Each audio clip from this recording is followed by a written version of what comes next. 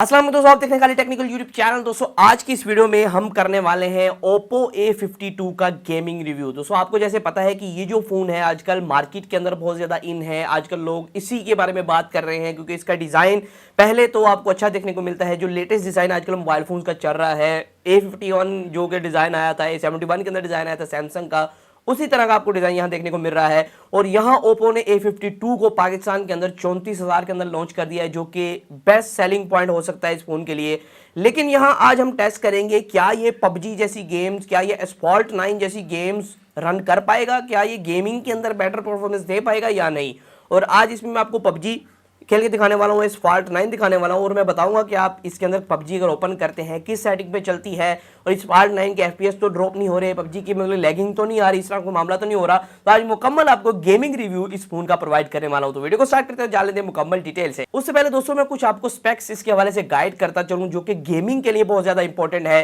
पहले तो इसके अंदर आपको 5000 mAh की बैटरी मिलती है जो कि आपको काफी अच्छा बैकअप टाइम देगी और साथ ही आपको 18 वाट का charger in the box with support देखने को मिलता है। और साथ साथ दोस्तों मैं आपको बताता चलूं इसके अंदर आपको जो फ्रंट की तरफ 1080p पैनल मिलता है, ये भी आपको गेमिंग के अंदर काफी मदद देगा क्योंकि इस रेंज के अंदर 30,000 की रेंज के अंदर आपको 1080p पैनल तो मिलता है। लेकिन ये जो पैनल है मुझे काफी अच्छा लगा, काफी क्रिस्पी लुक थी, काफी अच्छे कलर से इस पैनल के, तो काफी वाइब्रेंस किस्म का मतलब कि पैनल आपको देखने को मिलता है, तो काफी अच्छी आपको गेमिंग परफॉर्मेंस प्रोवाइड कर देगा। उसके अलावा दोस्तों ये IPS LCD पैनल है, तो आपको एमोलेड वाला मजा तो नहीं आएगा जैसे कि Vivo S1 आपको प्रोवाइड करता है, लेकिन आपको अच्छा पैनल देखने को मिल रहा है। यहां दोस्तों मैं आपको बताता चलूं इसके अंदर आपको स्नैपड्रैगन का 665 प्रोसेसर देखने को मिलता है। इसके अंदर दो वेरिएंट पाकिस्तान के अंदर लॉन्च किए गए हैं, 4128 और 6128। मेरे पास जो अवेलेबल है वो इस टाइम 4128 वाला मतलब 4 GB RAM, 128 GB internal storage. इस पे में क्योंकि लोअर वेरिएंट है, हमने कहा लोअर वेरिएंट को टेस्ट आउट करें कि पबजी उस पर भी चल पाती है कि नहीं, जो एस्फॉल्ट 9 है वो कैसी चलेगी। तो वीडियो को स्टार्ट करते हैं और आपको मैं कुछ गेम प्ले प्रोवाइड कर देता हूं।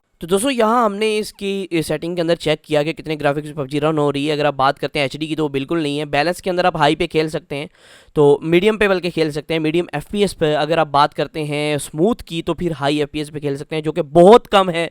अगर हम 35,000 के फ़ोन के वाले से बात करते हैं, 35,000 के अंदर आपको जो है कम से कम भी एफपीएस जो है वो हाई पे बैलेंस सेटिंग के साथ देखने को मिल जाते हैं। लेकिन इस फ़ोन के अंदर आपको ऐसा कोई मामला नहीं देखने को मिलता। अगर गेमिंग के वाले से बात करते हैं इस फ़ोन की पबजी के अंदर, तो वो आपको कुछ अच्छे ग्राफिक्स प्रोवाइड नहीं कर रहा है।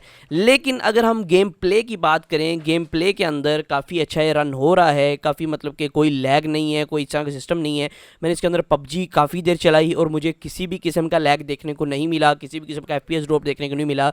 जितनी देर भी चली पबजी अच्छे ग्राफिक्स के अंदर सही तरह चलती रही।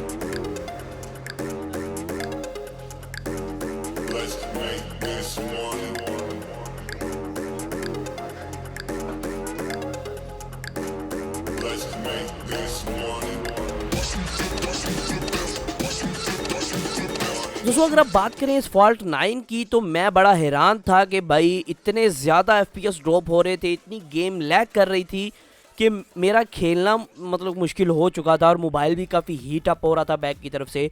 और मुझे ऐसे लग रहा था कि मैं किसी पुराने सैमसंग के मोबाइल के अंदर मतलब गेम खेल रहा हूँ, जिस पे आप मतलब ओवरक्लॉक करके गेम कोई चला रहे होते हैं और मोबाइल फुल गर्म हो रहा होता है और मतलब कि एफपीएस ड्रॉप हो रहे हैं, कोई भी गेम सही तरीके से नहीं चल पा रही है। मैं आप खुद देख सकते हैं स्क्रीन के ऊपर कैसे ज़्यादा एफपीएस ड्रॉप हो रहे हैं, गेम लैगिंग पे आ गई है। हालांकि मैंने बैक पे कोई भी चीज़ रन नहीं की हुई थी, सारी एप्लीकेशन मेमोरी क्लियर कर दी थी, उसके बावजूद भी जो गेम है वो काफ़ी ज़्यादा लैग हो रही थी।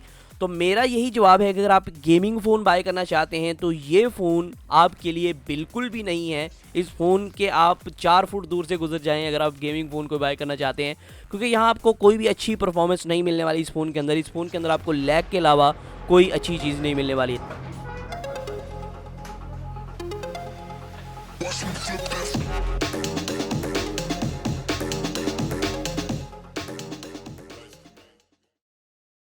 तो आज की वीडियो में सिर्फ इतना ही था। आपको अंदाजा हो गया होगा कि इसकी गेमिंग परफॉर्मेंस आपको कैसी देखने को मिल रही है।